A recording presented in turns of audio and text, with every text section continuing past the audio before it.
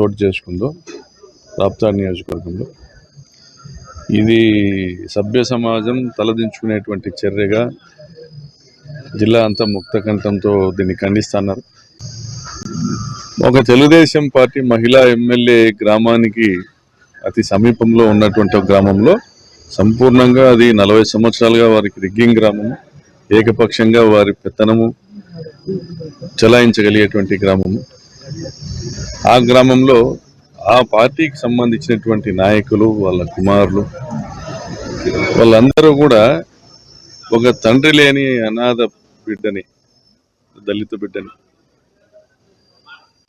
దుర్మార్గంగా ఆమె జీవితాన్ని చిదిమేసి దాదాపుగా 14 మంది ఒక 6 నెలల పాటు ఒక పాశవికమైనటువంటి కార్యక్రమంలో వాళ్ళందరూ కూడా పాల్గొని 14 మంది అసలు సమాజంలో ఆ సమాచారం బయటికే రాకోకుండా మేనేజ్ చేయగలిగినటువంటి పరిస్థితి ఉందంటే ఏ మేరకు భయోత్పాతమైనటువంటి వాతావరణం ఉంది రామగిరి మండలంలో మీరందరూ అర్థం చేసుకోవాలి.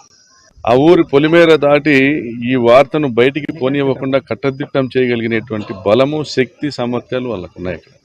మన ఇంట్లో కూడా ఆడబిడ్డ ఉంటుంది, మన ఆడబిడ్డకి ఇటువంటి పరిస్థితి వస్తే ఎట్లా అనేటువంటి విధంగా తెలుగుదేశం పార్టీ నాయకులు ఆలోచన చేయలేదు. ఇది బయటికి వెలుగులేకి వచ్చింది. ఇది మొదటి సంఘటన. ఆ గ్రామస్తులు చెప్తున్నారు ఇది మొదటిది కాదు, చివరిది కాదన్న.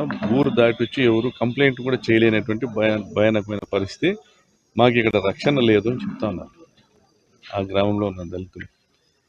గతంలో అదే గ్రామంలో మాలముత్యాలు అనేటువంటి ఒక హరిజన టీడీపీ నేతను అదే తెలుగుదేశం పార్టీకి సంబంధించిన నాయకులు ఎప్పుడో 15 సంవత్సరాల కింద పెనుగొండ దగ్గర చంపేసి రైల్వే ట్రాక్ మీద వేసిపోయినారు. అప్పట్లో అది మిస్సింగ్ కేసుగా ఉన్నింది. నేను శాసనసభ్యునిగా ఉన్న సమయంలో పెండింగ్ కేసెస్ని విచారించే సమయంలో మా పోలీసు యంత్రాంగము ఆ కేసును ఛేదించి అందులో అసలు నేరస్తులు ఎవరు అనేది కనుక్కొని దాంట్లో హర్యాంచరు నాగరాజ్ అనేటువంటి ఒక రౌడీ షీటరు హత్య చేసినాడనేసి తెలుసుకొని విచారించి కేసు నమోదు చేయడం జరిగింది. ఆ మాలముత్యాలు కుటుంబానికి కూడా మా ప్రభుత్వము, మా జగనన్న ప్రభుత్వము 8,25,000 రూపాయల ఆర్థిక సాయము, వాళ్ళ కుమారుడికి ఉద్యోగం ఇవ్వడం కూడా జరిగింది. అంటే ఇవన్నీ కూడా ఎందుకు చెప్తానంటే ఈ ఉదాహరణగా అక్కడ జరిగినటువంటి సంఘటనలు.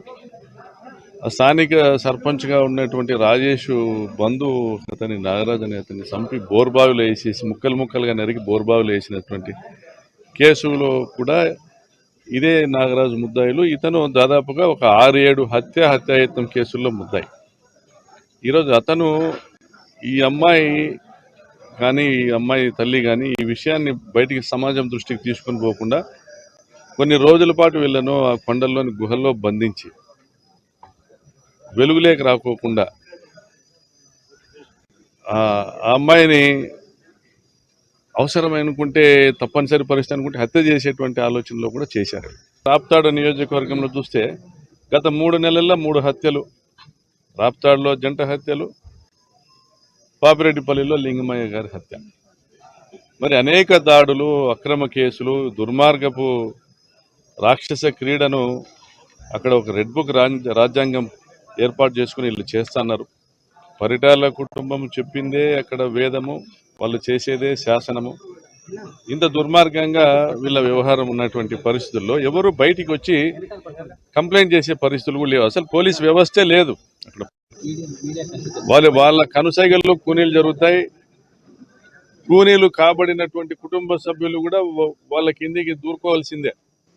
కనీసం కంప్లైంట్ లేరు, సాక్ష్యాలు కూడా చెప్పలేరు. 100 హత్యలు జరిగినాయి పరిటాల రవి కుటుంబం ఆధ్వర్యంలో ఆ పెనుగొండ, రాప్తాడు నియోజకవర్గాల పరిధిలో 100 హత్యలు జరిగితే ఏ ఒక్క కేసు కూడా శిక్షలు పడలే. మరి ఈ హత్యలు ఎట్లా జరిగినాయి? వాళ్ళ ప్రాణాలు కాకులు ఎత్తకపోయినారా?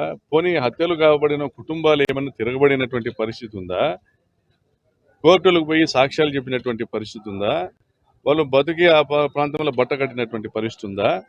రామగిరి చెన్నై బావుల్లో ఎన్నో శవాలు, అస్థిపంజరాలు దొరుకుతాండేటువంటివి కథలుగా చెప్పుకునేటువంటి ఆ ప్రాంతంలో రాజ్యాంగం ఉందా? పోలీసు వ్యవస్థ ఉందా? సభ్య సమాజము దృష్టి ఆ ప్రాంతం మీద పడడానికి ఈరోజు ఇదొక్క ఉదాహరణ చాలు. మరి ఇటువంటి సంఘటనలు ఇంత ముందు కూడా జరిగినాయన్న మా ఊరి పరిస్థితి స్థానికంగా ఉన్నటువంటి దళితులు చెప్తా ఉన్నారు.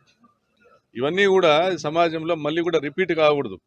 ఆ రక్త చరిత్ర ఉన్నటువంటి కుటుంబానికి టికెట్ ఇవ్వడమే చంద్రబాబు నాయుడు చేసిన తప్పు. ఇప్పటికీ కూడా ఇన్ని హత్యలు జరిగినా, ఇన్ని దుర్మార్గాలు జరిగినా వాళ్ళ మీద కనీసం చర్యలు తీసుకోకపోవడం చంద్రబాబు నాయుడు చేసిన తప్పు. దీని మీద సత్వరమే విచారణ పూర్తి చేయాలా. బాధితులు వాళ్ళు చెప్పిన పేర్లను అన్నీ కూడా తీసుకొని ఈరోజు ఎస్పీ గారు బాధ్యులను అరెస్ట్ చేసేటువంటి కార్యక్రమం చేస్తున్నారు. కానీ ఓవరాల్గా ఇక్కడ ఎందుకు క్రైమ్ రేట్ పెరిగింది, ఎందుకు క్రైమ్ జరుగుతూ ఉంది అని ఆ గ్రామాల్లో వెళ్ళి ప్రతి గ్రామంలో కూడా కౌన్సిలింగ్లు చేయాలా. కనీసం రామగిరి మండలంలో 3 పోలీస్ అవుట్ పోస్టులు ఏర్పాటు చేయాలా. రామగిరి మండలంలో కనీసం 3 పోలీస్ అవుట్ పోస్టులు ఏర్పాటు చేయాలా. ఒక ఐపీఎస్ని ఆ రామగిరి మండలము, కనగానపల్లి మండలాలకు ప్రత్యేకంగా ఒక ఐపీఎస్ని ఇన్ఛార్జిగా నియమించాలని నేను ప్రభుత్వాన్ని కోరుతాను. రాప్తాడ్ కాన్స్టిట్యున్సీ రామగిరి మండలం ఎడగురుపల్లిలో జరిగిన దారుణం రాష్ట్ర వ్యాప్తంగా కూడా అందరూ చూసినారు. ఒక దళిత అమ్మాయి పైన, మైనర్ బాలిక పైన అక్కడున్న విలేజర్స్, లోకలైట్స్ అయితే ఎవరైతే ఉన్నారో అఘాయిత్యాలు చేస్తూ, అవన్నీ కూడా వీడియో రికార్డింగ్ చేస్తూ, మళ్ళీ ఆమెని ఎప్పుడు కూడా వీడియోలన్నీ చూపిస్తూ బ్లాక్మెయిల్ చేస్తూ మళ్ళీ అటువంటి చర్యలకి పాల్పడుతూ ఈరోజు ఎంత బాధగా ఉంది అంటే, technology, we are speaking of high technologies, అయితే ఒక దళిత మైనర్ బాలికపై ఇంతమంది సామూహికంగా అత్యాచారాలు చేసి అది కూడా వెలుగులోకి రాకుండా ఆ గ్రామంలో ఉండడం, ఇది అడ్వాన్స్డ్ ప్రెగ్నెన్సీ అని కూడా చెప్తున్నారు. ఈరోజు పోలీస్ వాళ్ళతో మాట్లాడుతుంటే వాళ్ళందరూ కూడా చెప్తున్నారు, మేడం టెస్ట్ చేసిన తర్వాత కన్ఫర్మేషన్ చేస్తున్నాము, అడ్వాన్స్ ప్రెగ్నెన్సీ స్టేజ్లో ఉంది అని. ఈరోజు నేను అడుగుతున్నాను, అంటే ఒక అమ్మాయి అడ్వాన్స్ ప్రెగ్నెన్సీ స్టేజ్లో ఉంది అంటే ఖచ్చితంగా విలేజర్స్ వాళ్ళందరూ కూడా చూసింటారు, అక్కడున్న వ్యవస్థ వాళ్ళందరూ కూడా చూసింటారు. అయితే ఇది బయటికి రాకుండా అక్కడే ఉంది అంటే ఎంత భయభ్రాంతంలో ఆ గ్రామస్తులు ఉన్నారు అనేది ఒక్కసారి ప్రజలందరూ కూడా ఆలోచించాలి. ఈరోజు పోలీస్ వాళ్ళు చెప్పే ప్రకారం, స్టేట్మెంట్ ప్రకారం ఆ అమ్మాయి వాళ్ళు చెప్పిన పేర్లందరినీ కూడా మేము రాసుకున్నాం మేడం, వాళ్ళందరినీ కూడా అరెస్ట్ చేసినాం అంటున్నారు. బట్ గ్రామస్తులు అయితే ఏం చెప్తున్నారంటే, ఇదే మా విలేజ్కి అయితే కొత్త కాదు, గతంలో కూడా ఇటువంటి సంఘటనలు చాలా జరిగినాయి. అయితే ఈ పాప పెయిన్ బేర్ చేసుకోలేక అబార్షన్ చేసుకోవాలని ఆ పాప డిసిషన్ తీసుకుంటూ బయటకు వెళ్ళి ఇంటింటికి తిరిగి నాకు ఈ డబ్బులు ఇవ్వండి, నేను ఈ టర్మినేట్ చేసుకోవాలి ఈ ఒక ప్రెగ్నెన్సీని అని ఆమె చెప్పడం వల్లే ఇది వెలుగులోకి వచ్చింది అని చెప్పడానికి ఒక మహిళగా నాకు చాలా బాధాకరంగా ఉంది. అంటే ఇది మొత్తం ఒక సిస్టమ్ అనేది కొలాప్స్ అయింది. కాబట్టి ఇటువంటి సంఘటనలు మనము రాష్ట్ర వ్యాప్తంగా చూసుకుంటున్నాం. గతంలో జగన్మోహన్ రెడ్డి గారు ఉన్నప్పుడు ఒక ఫ్యామిలీలో ఏం జరుగుతూ ఉంది అనేది కూడా వాలంటీర్ ద్వారా తెలుసుకునే ఒక వ్యవస్థ మనం చూసేవాళ్ళము. అదేవిధంగా ఒక సెక్రటేరియట్లో ఆ గ్రామ మహిళా పోలీసు చాలా ప్రెస్టీజియస్గా పని చేసుకుంటూ కూడా ఏం జరుగుతూ ఉంది, మహిళ రక్షణ కొరకు ఏం చేయాలా అనేది ఆమె చేసే ఒక పరిస్థితి మనం చూసినాం గ్రామ సెక్రటేరియట్స్ ద్వారా. ఈరోజు అది లేదే, నిర్వీర్యమైంది ఆ వ్యవస్థ. ఎందుకంటే జగన్మోహన్ రెడ్డి గారు ప్రవేశం పెట్టినారు కనుక అది మనం కొనసాగించకూడదు అనేది వాళ్ళ మనసులో ఉంది. కాబట్టి మనకు అక్కడ ప్రతి సెక్రటేరియట్లో ఒక మహిళా పోలీసు ఉన్నా కూడా వాళ్ళని ఎఫిషియెంట్గా పని చేయకుండా వాళ్ళందరినీ కూడా సైడ్కి పెట్టడం, ఇది చాలా బాధాకరం విషయం. ఒకటి బాలిక, ఈ అమ్మాయి చేతిలో మొబైల్ ఉంటూ దాంట్లో దిశ యాప్ ఉండింటే ఖచ్చితంగా ఆమె బయటకు వచ్చి కనీసం, ఎందుకంటే జగన్మోహన్ రెడ్డి గారు 0 ఎఫ్ఐఆర్ ప్రివిలేజ్ ఇచ్చినారు గతంలో.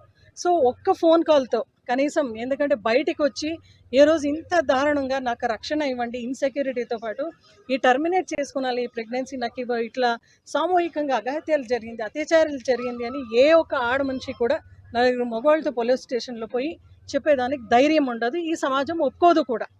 బట్ ఒక్క ఫోన్ కాల్లో ఆ దిశ యాప్ ఉంటే ఖచ్చితంగా ఆమె ఫోన్ చేసి నాకు ఇలా జరిగింది, వీళ్ళపైన కంప్లైంట్ చేయండి అని 0 ఎఫ్ఐఆర్ మూలకంగా చేసే ఒక ప్రయత్నం అయితే ఆ పాప చేసేది.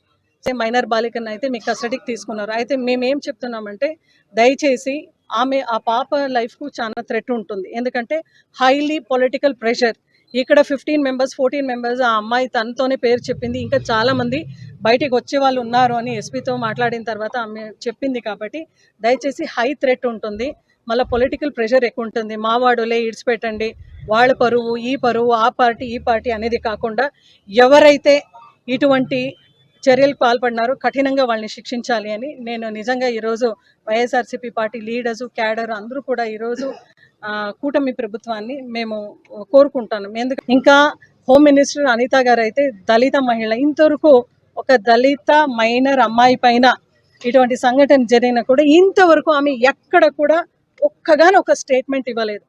మహానాడు కడపలో మహానాడు జరిగిన చోట్ల కూడా ఆడ జస్ట్ మహానాడు ఎప్పుడైతే ఏర్పాటు చేసినారో 4 to 1 week బ్యాక్ అక్కడ కూడా 4 years అమ్మాయి 4 ఏళ్ల అమ్మాయి పైన కూడా అత్యాచారం చేసి పాపని చంపి మళ్ళా వెళ్ళిపోయిన యువతిని అయితే మీరు అరెస్ట్ చేశారు. బట్ అక్కడ మీరు మహానాడు జరుపుకున్నావు కదా అనితమ్మ, మీకు ఒకటే మాట అడుగుతున్నాను.